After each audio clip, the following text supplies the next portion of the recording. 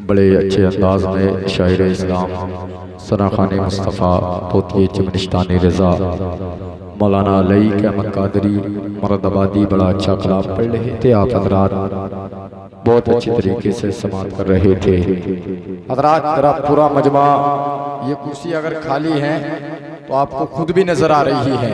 अगर आप थोड़ा सा परेशानी ना हो, कोई दिक्कत ना हो तो यहाँ आ जाएं, और अगर कोई दिक्कत हो तो वहीं बैठे रहें। आपसे गुजारिश है अपना माहौल बना ले। जो लोग गए हैं इंशाअल्लाह वो भी आ जाएंगे। भाई हमारे बाप से बड़ी विनती है, मेरी बड़ी गुजारिश है कि आप अपनी जगहों को पुर कर ले। नारे तकबीर, नारे रिसालत, फैज़ाने गौसुल वरा, शायर इस्लाम शराफत कदीर साहिब क़िबला, नारे तकबीर, नारे रिसालत।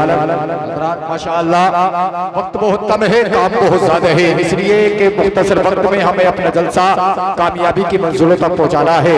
खतीब अहले सुन्नत मुफक्किर इस्लाम खतीब नौजवान भाई मोहतरम मौलाना गुलाम रब्बानी साहिब क़िबला मंजरी मिंबर नूर पर तशरीफ फरमा हो चुके हैं। आइए इस्तकबाल कर ले। बुलंदबाज से लेके बुलंदबाज से नारे तकबीर से इस्तकबाल कर लिया जाए। आगे से लेके पीछे तक, दाएं से लेके बाएं तक पूरा मजमा जमा होकर और हाथों को बुलंद कर नारा लगाए।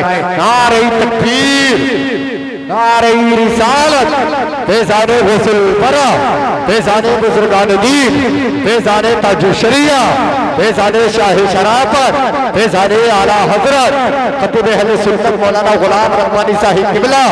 नारे तकबीर, नारे रिसालत। झुका के सर को अकीदत से काम लेते हैं, झुका के सर को अकीदत से काम लेते हैं। नबी का नाम जब उनके गुलाम लेते हैं, झुका के सर को अकीदत से काम लेते हैं।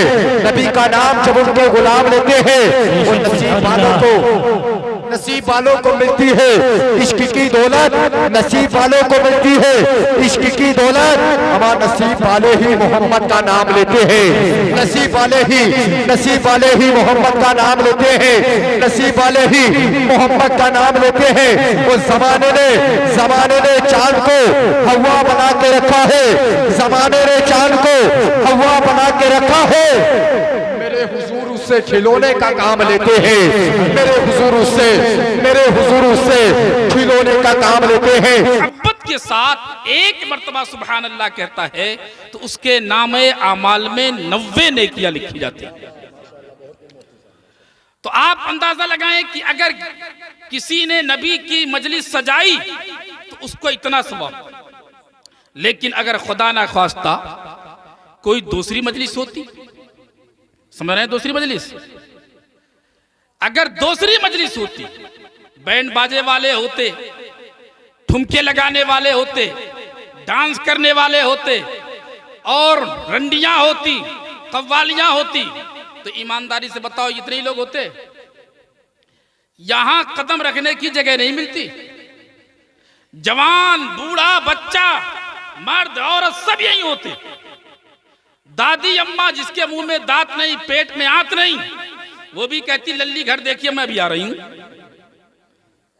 अगर खुराफात की मजलिस होती, लेकिन जो लोग खुराफात की मजलिस करते हैं उनके नामे आमाल में गुनाह कितना होता है वो सुने। आका सल्लल्लाहु अलैहि वसल्लम इरशाद फरमाते हैं कि अगर किसी ने गुनाह की दावत दी और उसकी वजह से दूसरे लोग गुनाह करें, तो जितने लोग गुनाह करेंगे सबको तो गुनाह बराबर मिलेगा, लेकिन सबके बराबर उस गुनाह की मजलिस सजाने वाले के नाम अमाल में गुनाह रखा जाएगा। आप अंदाजा लगाइए, अगर कोई शादी के मौके पर या किसी मौके पर रंडियों को बुलाए, बैंड बाजे बजवाए और ढोल तमाशे कराए और सुनने वाले 1000 लोग हों और हर आदमी के नाम अमाल में 1000 गुनाह पहुंचे, तो सबका मजमुआ कितना होगा? और उसके बराबर उस कराने वाले को गुनाह दिया जाता है।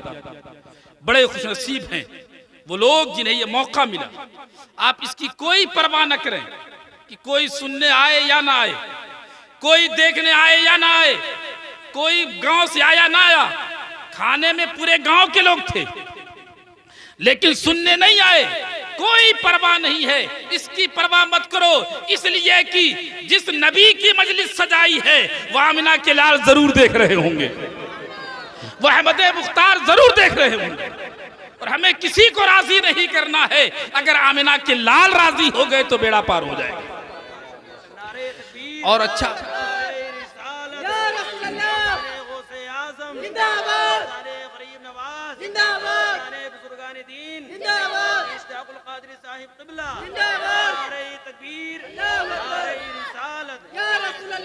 अच्छा, गलत कामों के लिए लोग सहारा बहुत देते हैं।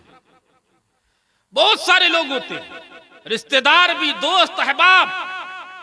अगर गलत मजलिस करनी हो तो दामाद ही कहेगा परेशान मत हो, डीजे मेरी तरफ से हो जाएगा, बैंड बाजे तो मैं ही बजवा दूंगा, रंडिया मेरी तरफ से। लेकिन दीनी मजलिस सजाने के लिए क्योंकि शैतान रोकता है, इसलिए मैं कहता हूं इस्लाम के शहजादों, कभी भी तुम्हें शैतान रोके, यहां तक कि अगर कोई रिश्तेदार, कोई अजीज, कोई अकारिब आपको ये जोर डाले कि अगर तुम शादी के मौके पर डीजे नहीं बजवाओगे तो शादी में नहीं बैठूंगा, फूफा नाराज हो, बहनोई नाराज हो, इसकी कोई परवाह नहीं। इसलिए कि अगर बहनोई के कहने से, रिश्तेदारों के कहने से, दोस्तों के कहने से, बेटों के कहने से आपने खुराफात की मजलिस सजा ली तो वो तो राजी हो जाएंगे, लेकिन आमिना के लाल नाराज हो जाएंगे, अहमद मुख्तार नाराज हो जाएंगे। और याद रखो, अगर ये दुनियादार नाराज होते हैं तो कुछ नहीं बिगड़ता है, लेकिन अहमद मुख्तार नाराज हो जाएंगे तो दुनिया भी बर्बाद हो जाएगी और आखिरत भी बर्बाद हो जाएगी। बड़े खुशनसीब हैं आप हजरात, और इसकी कोई परवाह नहीं। कोई नहीं आया, क्या हरज है? उम्मीद है कि आमिना के लाल जरूर सुन रहे होंगे। बेशक, सुभान अल्लाह।